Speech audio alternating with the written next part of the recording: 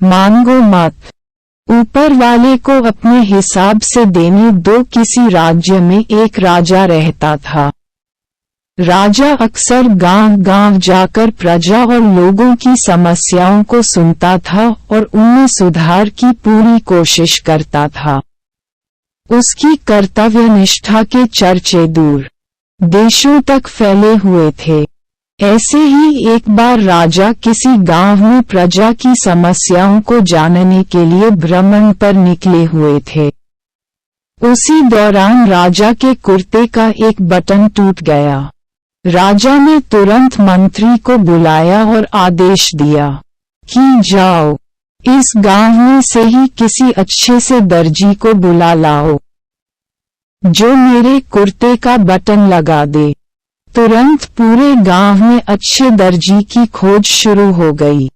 संयोग से उस गांव में एक ही दर्जी था जिसकी गांव में ही एक छोटी सी दुकान थी। दर्जी को राजा के पास लाया गया। राजा के कहा, मेरे कुर्ते का बटन सिल सकते हो? दर्जी के कहा, जी हुजूर, ये कौन सा मुश्किल काम है। दर्जी ने तुरंत अपने थैले से धागा निकाला और राजा के कुर्ते का बटन लगा दिया। राजा ने खुश होकर दर्जी से कहा, बताओ, तुम्हें इस काम के कितने पैसे दूं?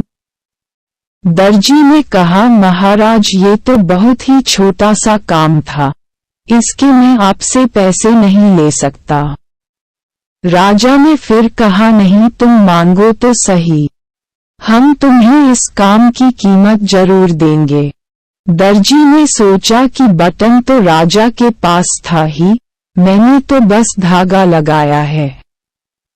मैं राजा से इस काम के 2 रुपए मांग लेता हूँ। फिर से दर्जी ने मन में सोचा कि मैं राजा से अगर 2 रुपए मांगूंगा तो राजा सोचेगा कि इतने से काम के इतने सारे पैसे मांग रहा है। कहीं राजा ये न सोचे कि बटन लगाने के मेरे से 2 रुपए ले रहा है तो गांव वालों से कितना लेता होगा ये दर्जी। यही सोचकर दर्जी ने कहा, महाराज, आप अपनी स्वेच्छा से कुछ भी दे दें। अब राजा को भी अपनी हैसियत के हिसाब से देना था ताकि समाज में उसका रुतबा छोटा न हो जाए।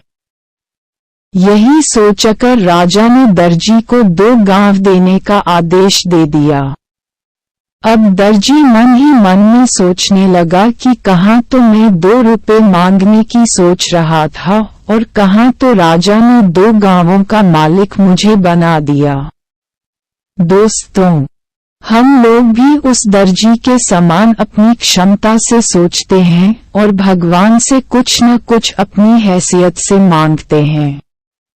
लेकिन क्या पता ईश्वर हमको उनकी देने की क्षमता के अनुसार कुछ अच्छा और बड़ा देना चाहता हो। गीता में भगवान श्री कृष्ण ने कहा भी है कि कर्म करो, फल की इच्छा मत करो। जब आप भगवान पर सब कुछ छोड़ देंगे, तब वह अपने हिसाब से आपको दे देगा।